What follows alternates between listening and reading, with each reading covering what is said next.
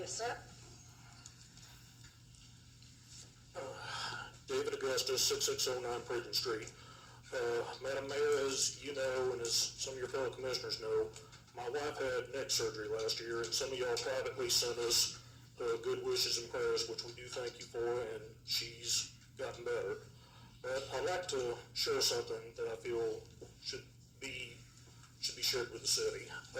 As we were taking our flight out to Mayo Clinic in Jacksonville, we happened to see a good friend of ours for nearly 20 years that was on the flight with us doing some other business, and we visited with him.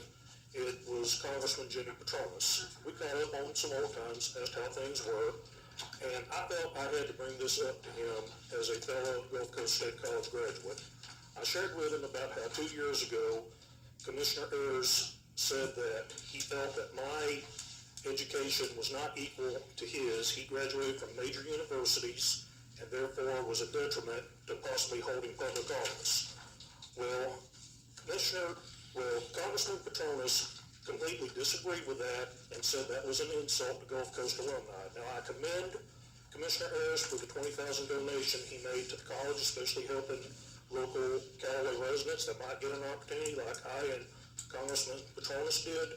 But I would like to point out, if education qualifications was a detriment for holding public office, which I don't think it should be and never has been, then the father of our country, George Washington, would have never gotten that title. He never would have become our first commanding general, and he never would have been our first president, because all he had as far as education went was equal to an 8th grade education.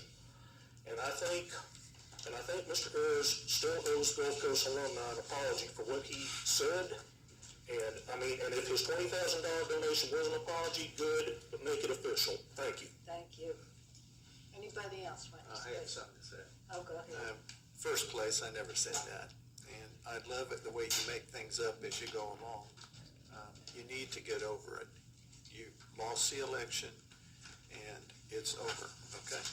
You said you sent me a threatening email about, 6 months ago or so, and said it's over. You were going to let things rest, but apparently you're not a man of your word. So please consider what you say, and if they're considered threatening, I will pursue that. Okay? And don't make up lies. There's no way I ever said that your education was inferior to mine. All we did was compare educations.